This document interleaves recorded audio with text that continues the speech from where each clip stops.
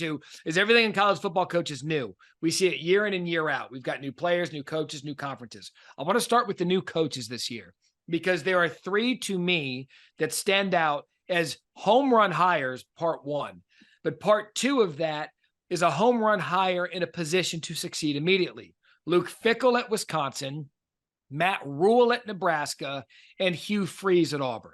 I look at those three hires. I know there's a bunch out there, but those are the three that I ID that I believe that could have an immediate impact at their school. For you, between the three of them, which do you believe is the best fit right now at the new school for the new season? Well, I think Luke Fickell has the most success early because I think he's walking into the best set up program. Off the bat, I think their fans are going to be accepting. He's going to bring a little bit more of an open offense than they've done in the past, but they're going to have talent. They're going to compete, and I think they're going to have the opportunity to win right away. I think he's going to be very accepted because of that. And I think their fan base is, and I'll get to the fan base part of it in a second of why he's going to have the best success early. I don't know long run, but definitely early. Matt Rhule's going to come into a Nebraska fan base that is, I mean, it's hard to argue if there's a more passionate fan base for their team and well, passionate, loving fan base of their team. There you go. Because I'm going to get to number three here in a second. But I think he has a chance to come in. I think Matt Rhule's going to come in. I think the team's going to have a little bit of success. And I think the fan base immediately, even though Luke Fickell's might, I think, will win more games this year, have a more successful season, I think the fan base at Nebraska are going to see a light with Matt Rhule. And I think that will reinvigorate their fan base, which is crazy that they need to be, and get them so excited about the future that I think he will have success. Now, I think Hugh Freeze, great fit at Auburn. He knows the league. He has success. He's beaten Alabama, right? I mean, he checks every single box.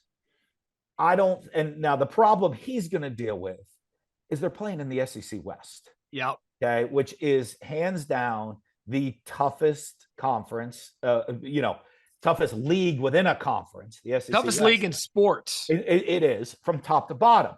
And, as you always said, after coaching on that league for 9 years, okay, someone you think about it, there are 7 fan bases that think their team's going to win not just the SEC, but national championship and expect that. And someone has to finish last. Like, you don't think like it's, who's going to win the West? Someone in that league has to finish last. And it's like the apocalypse has happened. Well, and we all know the Auburn fan base. So I think even though Hugh can have long-term success there, I think he's a great fit for the school. I think early on, it's just going to be, it will be the worst of the 3 guys. He will have the worst of it this year, just because of where he is, where they're separate, where their talent is compared to the rest of the league, and who he has to play week in and week out. I think the biggest problem Hugh Freeze has going for him is that he comes to a place where the fan base knows he's beaten Alabama back-to-back years. Yeah. And Auburn is the other 50% of the Iron Bowl. And so you bring in a coach that managed to slay the Nick Saban Dragon, which, by the way, Gus Malzahn did too. But they wore Gus Malzahn out. Brian Harsin never got a chance. And so now Hugh comes in, and I hope Auburn fans understand how good of a hire this is, and they just let it bake. Put it in the, I'm going to use Nick Saban's analogy from SEC Media Days. Let Hugh put this Auburn cake into the oven and let it bake. It's not going to be a microwave and have instant success year one. You have to let it cook. And I know you're smiling because you're like, Matt, these are Auburn fans. They don't give a damn about an oven. They want to, but they have to, because the only way for this thing to work is to let it cook. That's it. Well, what fan base in the SEC? Now, listen, I was very fortunate at Mississippi State that it was down kind of for a while, that I got an opportunity, but had success in year 2. So got everybody excited and we were good to go at that point. But there are not a lot of fan bases within that league that are going to let things sit and bake. Now, the ones that did, Mississippi State, while I was there, had a lot of success. Look at Mark Stoops right now. There you go. That's Kentucky. A good one. Yep. I mean, normally after year 4, Mark Stoops would have been fired. At every other Nick Saban would have been fired at Michigan State, by the way, back in the day, had it been like the way it is now based on his record. But they were patient. They let it go, let him build this consistent winner. And now you expect Kentucky to be a solid team year in and year out. Yeah, it'll be interesting. South Carolina, the patience they're going to have right now, because there's excitement around Shane Beamer. Hey, you beat Tennessee and Clemson last year. Let's go. Let's take the next step. The fan bases, I always say this, and the SEC is the ultimate deal. Okay. If you go out to eat, okay, and you're used to eating McDonald's, all right, and then you go to Smith and Walensky's and you have that steak and you slice into it, or you're eating lobster, right? And all of a sudden you realize this tastes good. I don't want to go back to the hamburger. I like the lobster and the steak. Okay. So all these fan bases, as soon as they taste it, that's all they want. They don't want to go backwards. Well, Auburn, all the success throughout the years, the championships, they're not into the hamburger. They want the steak and lobster, and they want it now, and they're not ready to go taste anything else. Yeah, but sometimes you have to go on a diet in between and understand, like, cutting some of this stuff out before you get to eat the big steak dinner. And that's why I believe that long-term, the SEC expectation is what makes the sport beautiful.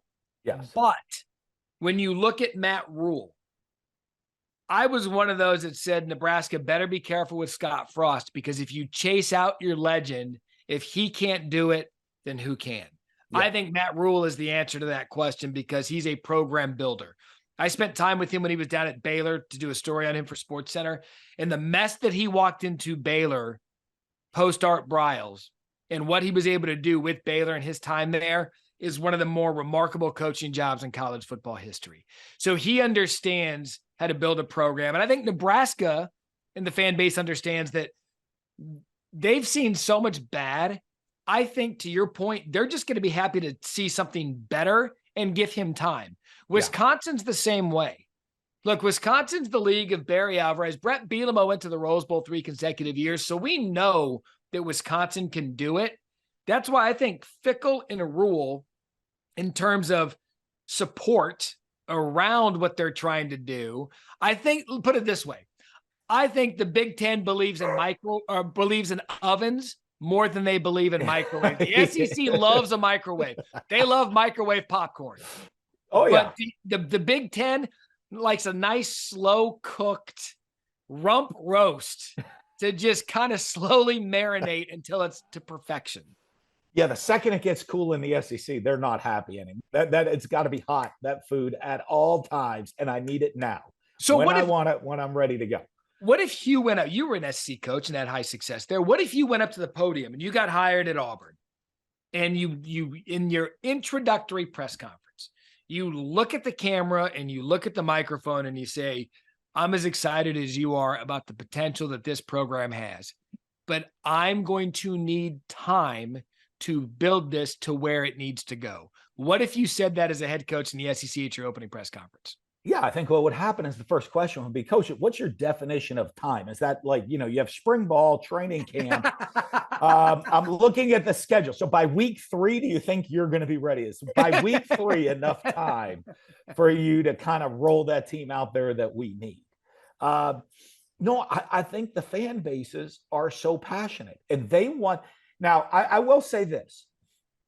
I think Hugh can create energy and excitement with winning certain games. And if you look at Hugh's background, he wins some big games. Maybe he'll lose some that he shouldn't lose, but he'll win some maybe he shouldn't win.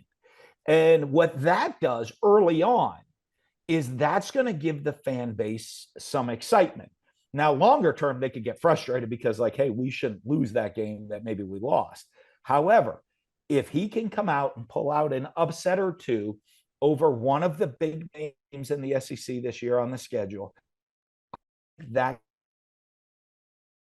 is our guy. Hey, maybe he at Alabama and LSU both this year. If he ever got, and Georgia, they got to play all 3. Mm-hmm.